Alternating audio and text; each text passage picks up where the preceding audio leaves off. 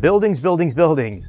You want a set, but you don't want to spend days modeling. I got it. Here's one way to build a modular set that can keep on giving, like Long Covina, California. I'm going to combine some ancient techniques made popular by the Ian with some geometry node stuff. Simple geometry node stuff, so don't worry. Let's go. Start with an image. It can be any image. I found this one on a public domain image site, so it's totally cool to use. I chose to bring this in as an image plane on the floor. You don't need to do this as most of the work will be in the UV texture space for positioning later, but whatever. Add in a plane and space it out over the image. This part is not really necessary, but I like seeing the image in the viewport. Next, we give the plane a shader. Select Principled Shader and hit Ctrl-T because we have Node Wrangler working. And in the image icon, select the image we brought in before. There, now the image is on our plane. Magic, baby, yeah. Now, go over to the UV workspace on the left side of the screen. Select the points and drag them into position to frame one apartment. You'll see the image clear up on your plane, and that's a good thing. We can now get rid of the image plane. We don't need it anymore. In fact, we never really did. Now, here's an important part for this to work with what's coming. Scale the dimensions of the plane to be a standard measurement. I chose 5 meters wide by 3 meters tall. 4.3 meters or something like that is a story, but this works for this. You can use real world scale if you want, just keep some ratio. I turned the roughness up on the shader here to get rid of the shine too. Here's where we can use the ancient technique of extruding and faking relief made popular in Blender lately. We use Ctrl-R to add loop cuts and slide the cuts into place on all the major relief lines. You can use the knife tool too. At this resolution, it won't kill you to have some extra polys, but you do you. Go in and fix the UVs if you need to, then grab the windows and extrude them slightly. You can also cut around the air conditioners and extrude them out as well. The UVs will stretch on the tops and sides, but check later if they're an issue. You can also reproject them and find a good texture area for them later if it's a big problem. Lastly, extrude the edges back a bit to give it some thickness if you want. We can also select the windows and give them a new shader, then make them shiny by bringing down the roughness on the new shader too if it helps. Just make sure you assign the new shader to the selected polygons. Do this a bunch of times and you'll now have many variations. Put them in a collection. I called mine Facades. Here's the part you've been waiting for, or not, I have no idea. Go to the cube, rename it whatever you want. I chose GeoNodes because it's original. I like to select all the points on this thing and merge it all together so I have one point.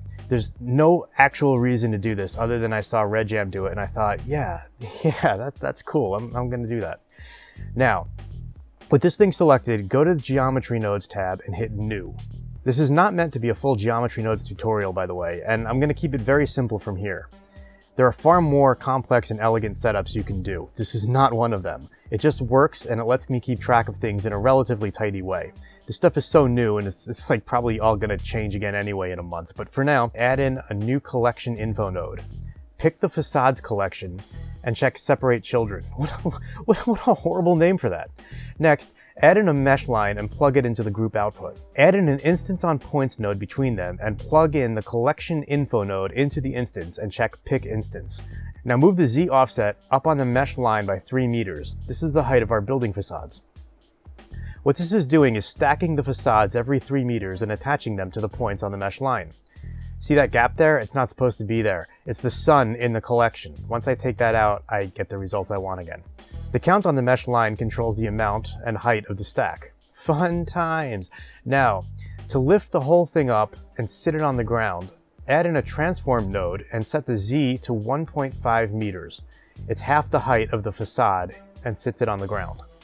To be able to control the variation more, and this is optional, we can add in an attribute statistic node, hook it up to a random value node, and plug that into the instance index. Thanks Bradley Animation for this tip, it totally works. Then plug in an index node into the attribute statistic node and get the index values into the chain, and plug geometry out from the collection info node to the attribute statistic node to tell it to use a geometry. And there, we now have a seed value we can use to do the rando thing. Working prototype. I usually do this with just cubes first, but you'd be well into a Minecraft video by now if I did it. Just admit it, you know it. To tidy this up, I can select everything except the output and hit Ctrl-G. That will make a nice little group. To expose some controls on the main group node, we can dive back in and attach some parameters to the group input node. In this case, collection, count, seed, position, and translation. When we jump back out, we now have those controls exposed and we don't need to ever go back in. We can now make a bunch of these and randomize them and move them and whatever. Add in a join geometry node and some more transforms between them. Duplicate a bunch of these, position them, and now you have a setup. You can even create a system that instances these things. Crazy, I know. For this, I went back in and I cleaned up the texture. This was a bit boring, so without spending too much more time on this for a quick video, I went in and modeled some clotheslines, shelves, AC units, and awnings. I'd also added in a replace material node after the sidewalls and replaced the original texture shader with a duplicate one with some color correction to give it more variation. I also modeled some clothes just to add a bit more to this, and you can totally go crazy here with all the details. For real though, you could just trace and extrude the whole back wall of this and get one piece and not bother with geometry nodes at all for a background, but this gives you more power, and you can make those cubes anything you want, like this, or this, or this. The file's up on Patreon if you want, along with skyscrapers, trees, and a whole bunch of other fun stuff. The link is in the description. Enjoy.